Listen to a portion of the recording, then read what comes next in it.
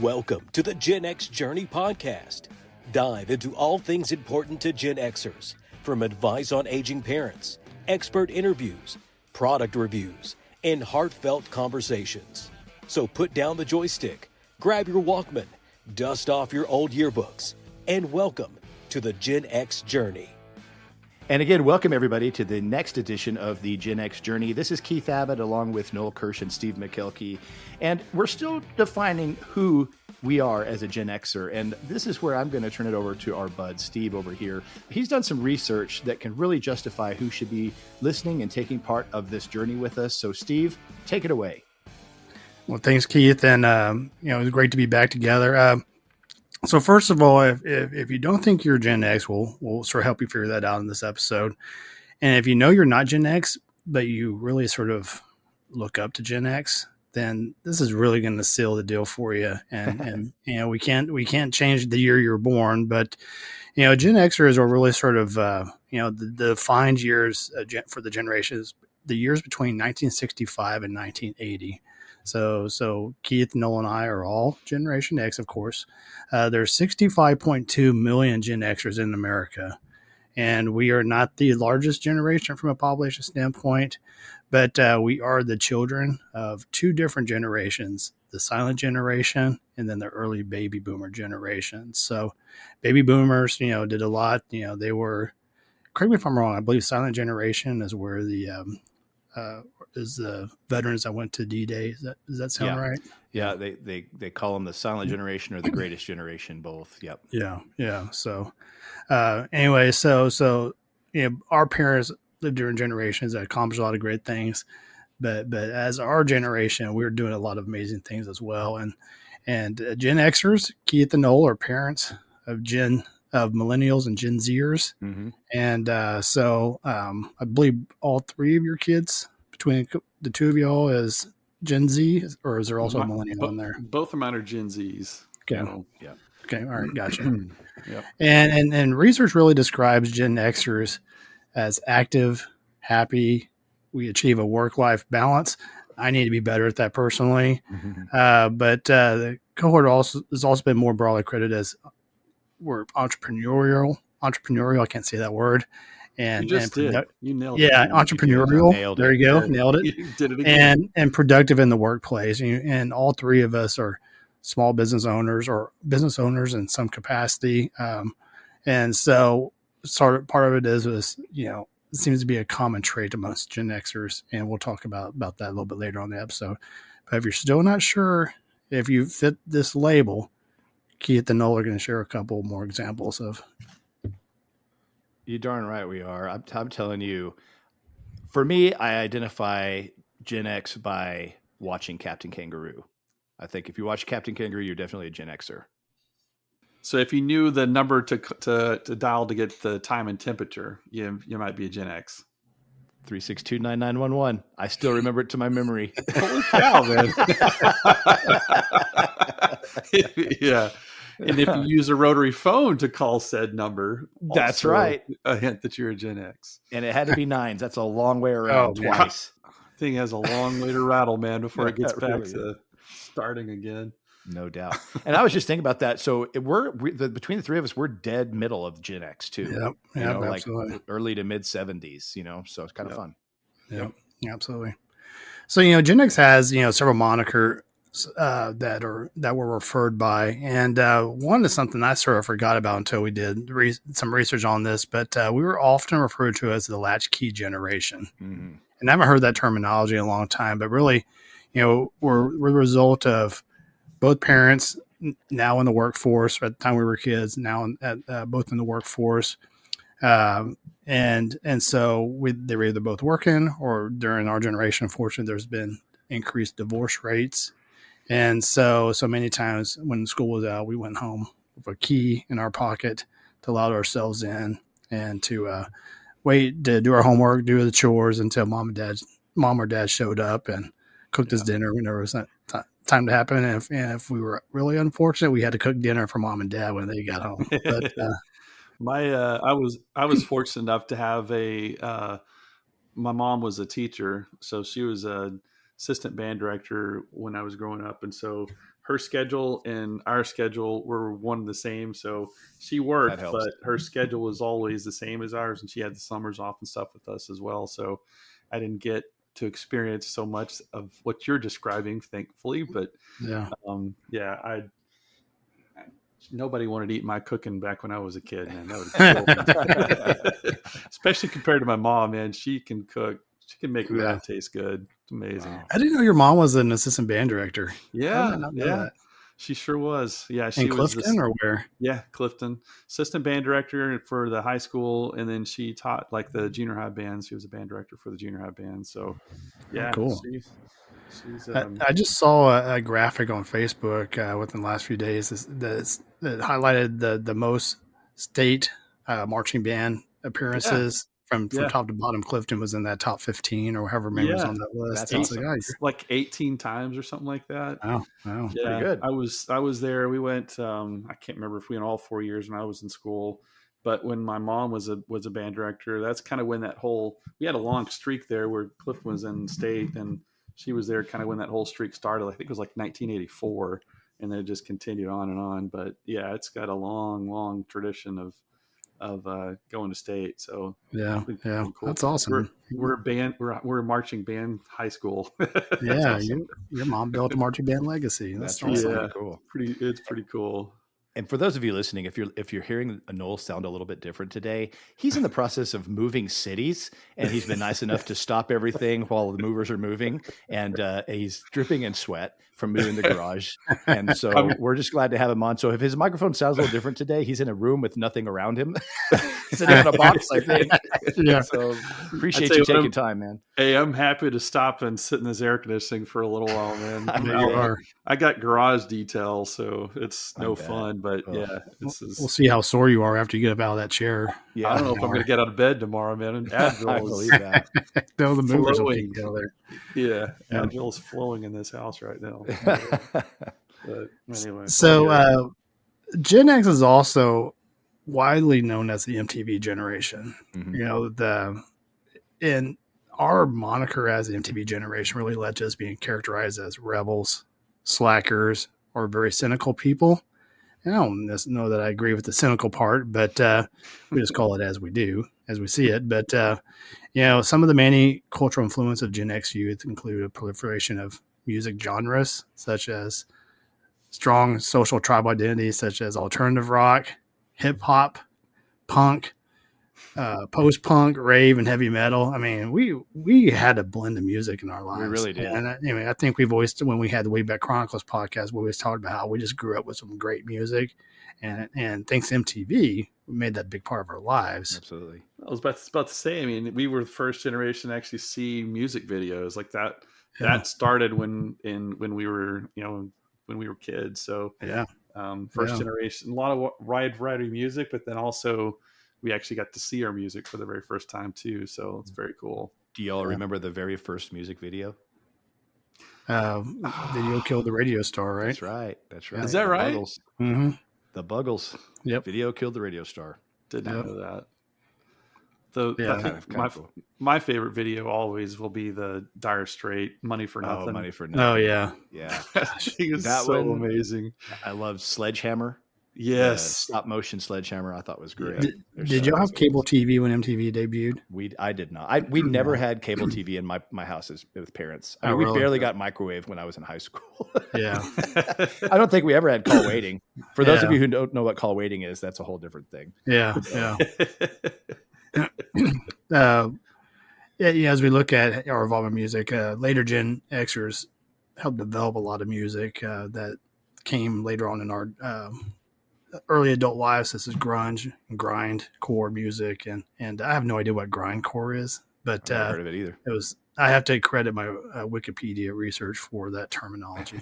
But then the other generation, I credit Tom Bremer for introducing me to this term, and that's a real thing. We're also known as the sandwich generation, and we're adults who care for both aging parents and their own children at the same time, which is for many of us is a very real challenge that we have in life, and so this will be a topic of aging parents specifically in later podcasts with the Gen X Absolutely, journey. definitely something we're going to be focusing on.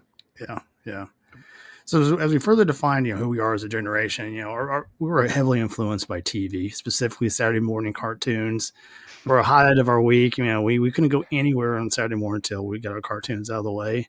I know we've talked about this, but Keith, do you remember your favorite cartoon? So I had a few. Like I always really enjoyed the Bugs Bunny Roadrunner show. I always thought that was a good one. Mm-hmm. In the 80s, I think there was one that I loved when I was just starting to turn into a teenager. I still think it's the best theme music of any cartoon ever, and that's the show. Do you all remember Mask? Do you remember this cartoon called Mask? I don't. So either. YouTube it. I don't care. I'll fight a person. That's the best intro music of any cartoon ever made. I'm going to stand by that in my grave. But anyway, it was a toy company that designed toys specifically for a cartoon, kind of as an answer to the Transformers type of things, GoBots and all of that. And it was these guys that would have these helmets, and each helmet had a specific power, and they all had a vehicle that transformed. So like the main guy had a Camaro that was able to, like, the doors would open up like a kind of like a DeLorean, and it would fly. And there was all sorts of different things. It was a great cartoon. So that was probably like if one stood out as a Gen X-ish kind of cartoon, that was probably the one for me. What about y'all? Interesting. Yeah, no. The classics, right? Like Bugs Bunny and all those, the Roadrunner, loved all the Roadrunners where he's like running and then, the old anvil always lands on his head and all that kind of stuff. Tom and Jerry, like that one.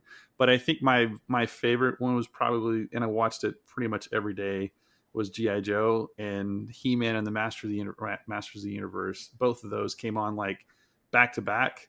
And so, I think those are, it's always like learning is half the battle. It's always at the very end of every G.I. Joe. Yeah. Anyway, that's probably my favorite. And for those who listened to last week's recap episode, we all know that Robbie wasn't able to watch Masters of the Universe. So there you go. That's right. Oh man. And I'll piggyback the Bugs Bunny. I especially love the Roadrunner and Coyote. I always wanted the Coyote to win. Right. Yeah, just once. Just get one win. That's all that matters. Roadrunners are like the Harlem Globetrotters. I cannot say that word. Harlem Globetrotters. You just never stuck lost. Entrepreneurial, and then you just I know. fumble. Yeah, Globetrotters. Multi-syllabic words are a struggle today. Film, obviously, a huge generation for us. Keith mentioned to us this morning, I think it was yesterday morning, that the release of Ghostbusters 40 years ago. Of course, this episode released here in a few weeks, but it's hard to believe it's been 40 years since Ghostbusters debuted. And we saw the birth of many movie franchises where there was mega sequels. A lot of independent films came out during that time, and really sort of created a lot of cultural influence. You're making fun of the fact they can't talk. I thought you were talking about your many cool French fries. Oh my gosh. we all have those days, bro. We all have those days. I'm definitely having one of those days. I can't walk to my living room today. What if the Harlem Globetrotters were entrepreneurial enough to open a French fry restaurant? That was a beautiful tie-in, Noel. Yeah. Kudos for that one. Sorry, Steve. Hey, no worries. I'll hit my A game here any minute now. And as we look at films, one of our good friends, Michael Ray, will be joining us in future episodes to discuss what he believes is the best year ever that's in movies, and it happened to happen during our generations, 1960, 1980-ish, a little bit early 80s time frame. And so be interested to see what his case is for the best year ever in movies. Agreed. Mm-hmm. Video games, man, video games hardly existed whenever we were first born. And then all of a sudden, like, there's all this awesome stuff. I remember being blown away as a child going into Chuck E. Cheese and seeing King's Quest. For the first time, King's Quest. Different that movie was. Yeah. Wait, is it called King's Quest? It was like the cartoon looking. Hold on. Are you talking about Dragon's Lair? Dragon's Lair. Oh, yeah. King's Quest is another game, though. Yeah. Home PC game. But Dragon's Lair. Yeah, Dragon's Lair was like, wow, that's different than I've ever seen before. That one that came out. Yeah. It was the first video game I remember playing that you had to put multiple quarters in to play it. Yeah. Yeah. And Yeah. I can't tell you. So my aunt, whenever we'd go on vacation, she knew I liked to get video games, right? So as a going away gift, so to speak, for my vacation, she would always give me a roll of quarters. And I remember I went through that roll of quarters in maybe 10 minutes on that stupid game. I mean, I went through it so fast, but I loved every second of that game. That game was amazing. Yeah. Yeah. So on the Hills video games, we were the first generation or first children to have access to personal computers. So yeah, I feel like it took forever for our house to have a personal computer. We had a Tandy, I think it was a Tandy 5000 was our first computer. Do you remember yours, Noel? We had a IBM computer. I can't remember what the model of it was. Then we had just a bunch of generic IBM PCs, a couple of those. Yeah. What about you, Keith? First computer I had, like the parents never had one. They never really had a desire, but they got me one for school, like to be able to do reports and stuff. It was an Apple IIc. I remember my Apple IIc. I love that. I took that computer to college with me. That thing lasted for years. It finally gave out, but I mean, I was dot matrix reporting in college. Let's put it that way, on that printer.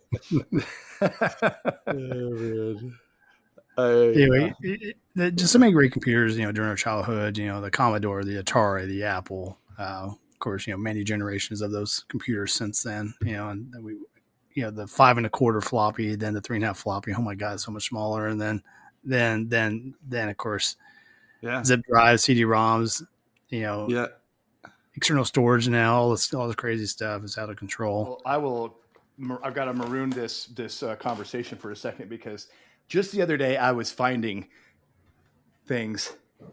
Oh, wow. Oh my Look at that. gosh. It is a 5 1/2 inch floppy disk, right? 5 1/4, 5 1/2. 5 1/4. 5 1/4. Yeah. And look, ironic. Okay. So we're just celebrating the 80th anniversary of D-Day.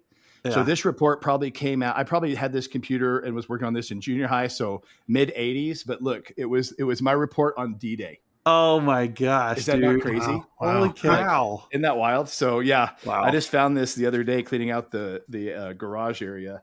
I have some like old, I would love to boot this stuff up. I have no idea how to even do that, but yeah, I have some great stuff on here. I found about 3 or 4 3 1/2 inch discs whenever I was cleaning everything, or when we were cleaning all the stuff out to move and everything, and also found some printouts that were on the dot matrix paper. Yeah, isn't that how crazy? Long that stuff has been retained. Y'all played Castle Wolfenstein? I got it right there. Yes. Look at that. So cool. Castle Wolfenstein. Man, I love that. They redid that. It's on Xbox now. I love that game. I had to go back and play all of them just because of this game. I don't know how many times I played that game. Anyway, that's when video games were named well. Castle Wolfenstein. Yeah. Now it's just like Call of Duty. Yeah. Well, it wasn't like 1970s albums. Yeah, right. Van Halen, Led Zeppelin, Toto. What do we call this song? I don't know. Van Halen. Track 1. Track 1. Yeah. We'll figure it out later. Yeah. We're not the creative types. We just sing songs. That's right. We make up. Yeah, as we look also further at our influences, Gen X tendency to found technology startup companies and other small businesses, as well as our ambition, was just really higher amongst our generation than the older generations. And we really sort of, as obvious, we embrace the technology, the fact that 3 of us own our own businesses, we use technology in different ways. That's amazing how we have used that to make our businesses successful and engage our clients and so forth. And so that's a lot of fun. And I guess really just like the final thing that I would talk about from an influence standpoint is Gen Xers were described as the major heroes on September 11th, 1991. Majority of the firefighters, the first responders that went into those towers were Generation X, and not that other generations weren't represented, but they were also the flight attendants, the individuals that attacked the terrorists on United Flight 93, and so something for us to be proud of. While we might be rebels, we might be lazy, we might be cynical, we're also going to fight for our country. And so I think that's pretty darn cool. That is cool. Agreed. But and then just the final thing is something we got to work on, and maybe something that we're going to discuss further in our future episodes, is we got to get healthier as a generation, because we have during our generation there has not been a reduction in heart attacks or versus previous. Speaking of French fry franchises, that's right. Yeah. and the common theme amongst Generation X is that we suffer from high blood pressure, diabetes, chronic kidney issues. So something for us to work on, which is something we'll talk about with our medical professional friends out there in our generation. So, absolutely, guys, that's Generation X. Good wrap up, man. We're awesome about so many things. We'll work on that health thing, but we kick butt at everything else. So. That's right. We'll get there. We might be winded, but we're going to get there. Yeah. Don't put any steers in front of us. We'll wait for the taxi. That's right.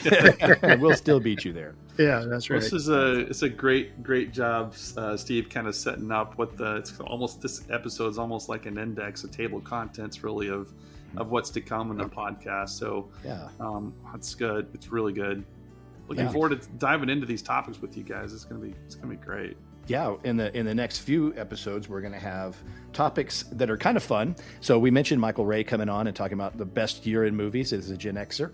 Another one that's going to come on is our friend Daryl is going to teach us the sport of Gen X. I would argue that this is the sport of Gen X that is coming into being, because it's about our age that's getting this going, and that is the sport of pickleball. Can't wait to see this. And if I'm crazy enough, after we go over this, I might do a video on him teaching me on a court. So I'm just throwing it out there. So I can get up to see him anytime, and so we might do that. You got to do that, Keith. Yeah, now I'm committed, huh? We'll label that video as a comedy. Yeah, no doubt it will be. It will be without doubt. We can categorize that as comedy on that episode. The other few things that are coming up, we're going to have a neat top 10 list on some of the myths our parents told us, and then some fun little safety issues that didn't seem to matter to us as kids, but they should be a big deal now. So stay tuned for that. We're looking forward to it. And again, great job, Steve. Thank you. We'll talk to you again in the next one. Take care, everybody. Take care, everybody.